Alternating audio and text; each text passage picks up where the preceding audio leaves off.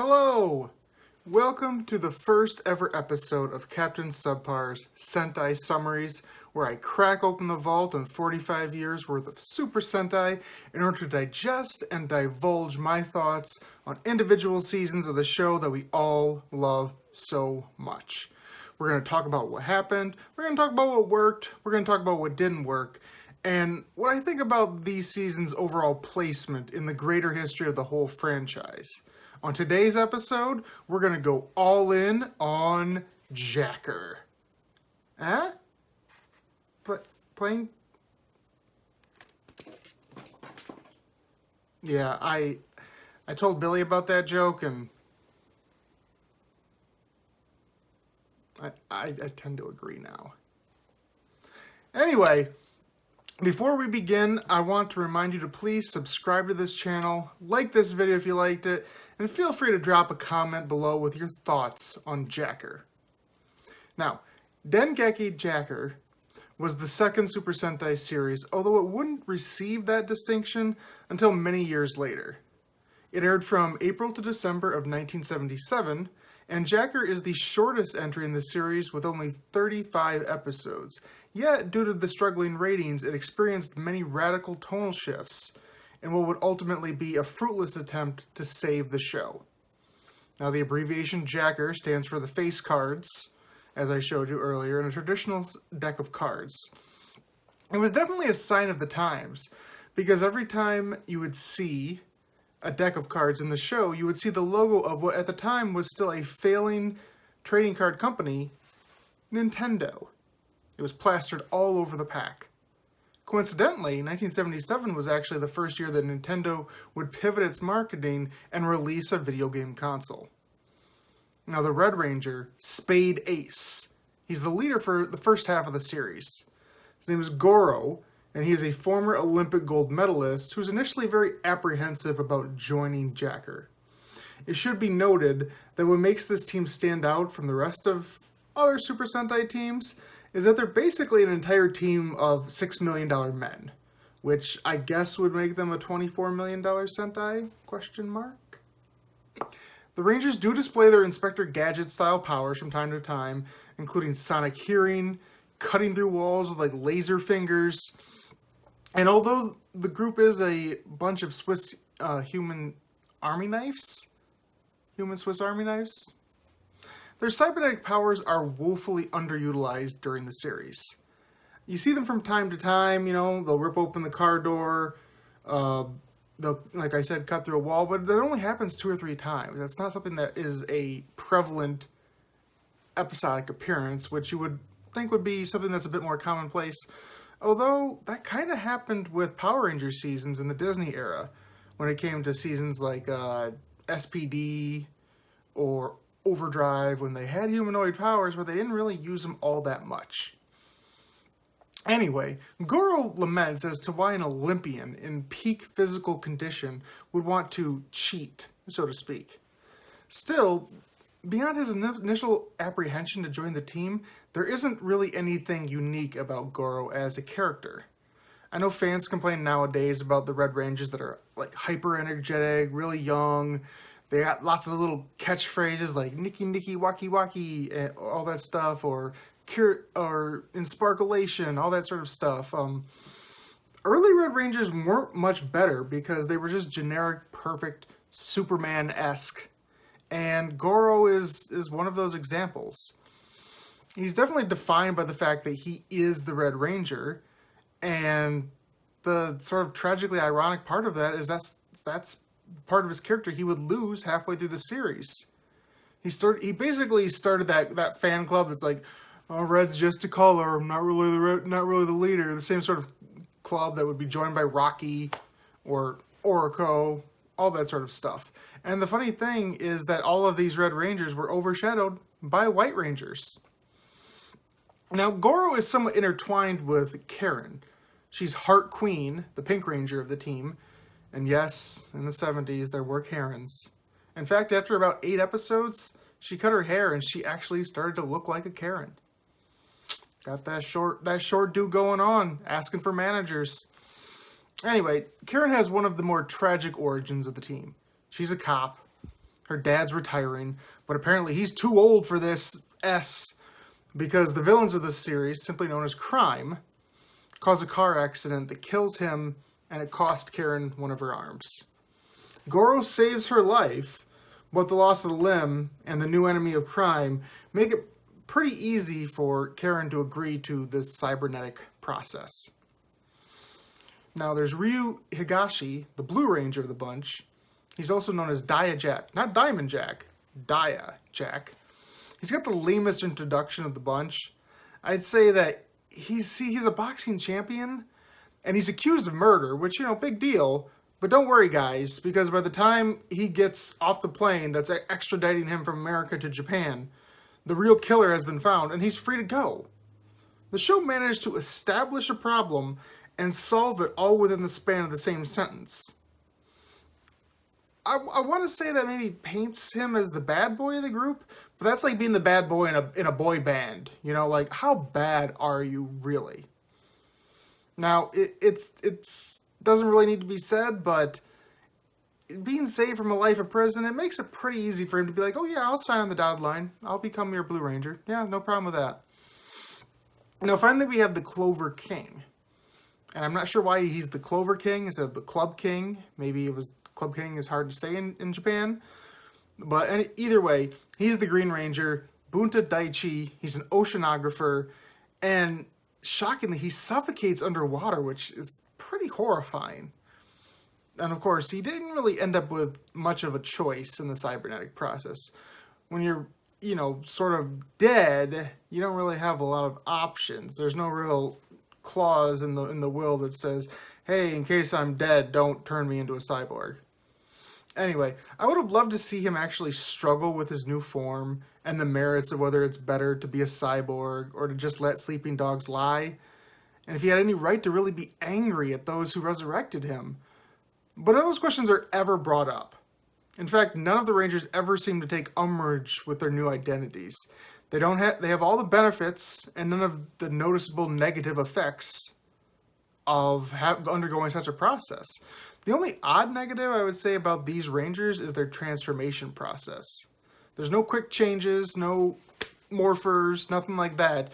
No, instead, we get the oldest of the old school, as the Rangers need to climb into individual pods that slowly bathe them in these lights that become their costumes and turn them into Rangers. It's not the most practical solution, and it's one that would rightfully be jettisoned in other series. There are a couple episodes where they actually are struggling to get to their pods, so that adds a little bit of drama. It's definitely a unique flair when it comes to the whole transformation process that we're known to see nowadays. Now let's talk about Crime. The big bads of the series are led by Iron Claw, who's essentially an old man in a big silver muumuu with a big black rain cloud, easy for me to say, for a hat. I've also seen it compared to broccoli, which is fair. Now, during the first dozen or so episodes, there's a monster of the week, and he's accompanied by a crime boss. Usually the crime boss is an older man in a suit, dark glasses. They're typically some sort of corrupt businessman working for crime on the sly. And when they inevitably fail, Ironclaw makes an example out of them with his Iron Claw. It really drives home the Inspector Gadget comparison of Claw as well, because he shoots that claw at the crime boss's neck, and then they're just dropped down and shoot to their death. Which does beg the question, how does he get his hand back? Does he send a foot soldier down there in the caves to go pick up the hand? Or does his drawer next to him just full of extra hands? Not entirely sure. Now, the first batch of episodes have a decidedly darker tone to them. I really got the sense that despite the flashy costumes and giant rubber monsters, Crime was a syndicate bent on making profit and taking over the world. Assassinations, hijacks, robberies, all that sort of stuff were in the name of building up their power base. In one particularly dark moment early on, I believe it's episode 4, Bunta meets a young girl and her family who are on their way to the airport. They form a bond over her dolly. It's a really nice, sweet little scene. Only moments later, for Crime to shoot the plane down, literally killing hundreds, including that family. There's no last-minute heroics. No, I can see their parachutes, Tien. Just dead. All to fuel Bunta talking about his own little sister, who also died young. He even finds that little girl's doll's charred remains in the wreckage to just send home that message. These people are dead that you just met, like, for no good reason. In fact, casual death is used to move the story along in a very commonplace fashion in early episodes of JAKQ. A ranger's friend accidentally gets caught up in crime, dead. They don't get a chance to learn a lesson, they're a casualty. It drives home the seriousness of the villains, and it grounds the series in the real world. It also makes it abundantly clear that being chummy with the superheroes is a recipe for an early grave. Now, the problem is that while the whole series was grounded, the ratings were taking a nosedive into that same asphalt. Well, JAKQ started strong with episodes pulling in 12 and 13 shares, very high numbers at that time. Those numbers quickly dropped to the 7 and 8 range, all the way to the point of episode 15 entitled The Crimson Occult, Ghost Story, Vampire, seeing a series low 5.5 share. It was around this time that JAKQ took a hard right turn and initiated a story trope that would become a tried and true technique for many, many, many Super Sentai series to come. Helping children solve their mundane problems that just so happen to tie in with the theme of that week's monster. Very quickly, we got fewer episodes about high-profile supermodels being murdered, and more episodes about the Rangers helping the local kids learn the value of teamwork while they played baseball. Yay! Now, changes came across the board. Crime bosses were slowly phased out. There were fewer civilian casualties. Even the Rangers' fighting styles changed, with each of the four reciting their own soliloquies as they fought the crime foot soldiers. Hard-boiled cop Karen now talked about being a young girl, blossoming into a woman as she stole the crimers' belts, so their pants comically fell down and they ran away in embarrassment. Truly, a driving force for womankind everywhere. We salute you, Karen Mitsuki, doing the Lord's work. Now, perhaps the biggest change came at the top of the card. Top of the card, with the aforementioned White Ranger. Now, for the first 22 episodes, the team's commander and the man who received an honorable mention at the Colonel Mustard cosplay contest is known as Joker. He's the leader of ISIS. No, not that ISIS. This one has an extra S. It happened many years before that. Now, he's unceremoniously replaced by Sokichi Bonbon, a man in a flamboyant 70s as hell white pimp suit. In fact, it's actually the same actor who played the Blue Ranger in the first series, Go Ranger. Now, he has a penchant for distracting the villains with wacky disguises. There's even one episode where Bonbon and Iron Claw constantly try to one-up another with silly costumes. It's a far cry from the early days of attempted mass murder plots, that's for sure. Now, this new commander can also transform into Big One. He actually does get an instant transformation, part of his costumes. That was a big thing back in that day. Just putting your hand over here, the camera just does a quick little flourish, and bam, you're in your costume. Now, this new leader of the team is complete with sort of fake muscles in his costume that are actually usually reserved for a Power Rangers kid's Halloween costume. It's fairly silly. Now, other changes made to liven up the serious nature of the show include a talking robotic hamster and a personal chef that makes really bad, corny jokes while interrupting the Rangers' meetings. Now, one of these two new characters also has a tendency to pee on the other one. I'll leave it up to you to guess which one is which. Now, crime also received an overhaul with grander schemes outside of their initial scope, but it was revealed kind of out of nowhere. Ironclaw actually wasn't even the real boss now, no. Instead, there was an intergalactic threat called Shine, who arrived from the stars and declared that all of Crime's previous plots were merely the groundwork for global domination. Oh, we're retroactively changing everything. This is not being forced whatsoever. Now, all of these changes were made to move JAKQ further away from its real-world roots and more into that extraordinary superhero beat-em-up formula that made other live-action children's shows so successful. And yet, none of these changes would prove to be enough to move the needle. JAKQ would race to the finish line with a two-part finale that saw the team invade Crime's base, Ironclaw finally go into battle, Shine revealed as nothing more than an artificial intelligence that was playing Ironclaw the entire time, and there was a romance between the Red and the Green Rangers that was forced into existence like it came straight from fanfiction.net. The highlight of the finale being when Joker actually returned and saved Karen's life. So, the day was won, peace was restored, and JAKQ's failure to bring the ratings signaled what was almost the death of Sentai. What would save Sentai? It's gonna be interesting to talk about, and that's something that I'm gonna save for next time. Now the question is, where does this leave JAKQ in the history of the genre? As I mentioned earlier, it'd be nearly 20 years before JAKQ and its predecessor, Himitsu Sentai Go Ranger, were recognized as official Super Sentai entries. What is it that changes something between being a Sentai and a Super Sentai? They decided the big factor was the giant robot. Yes, the first two series had no giant robot. There were planes, there were bikes, there were trucks, all that sort of good stuff. But there was no giant robot battles. Monsters that were destroyed were just destroyed. Now, these first two series were created by the Sentai originator Shotaro Ishinomori. You might know his name. He's the guy who created Super Sentai. He created Kamen Rider. He created many different tokusatsu series. And while he only had 2 entries into the Super Sentai franchise, his overall impact into the genre is pretty substantial. He really is the father of Super Sentai.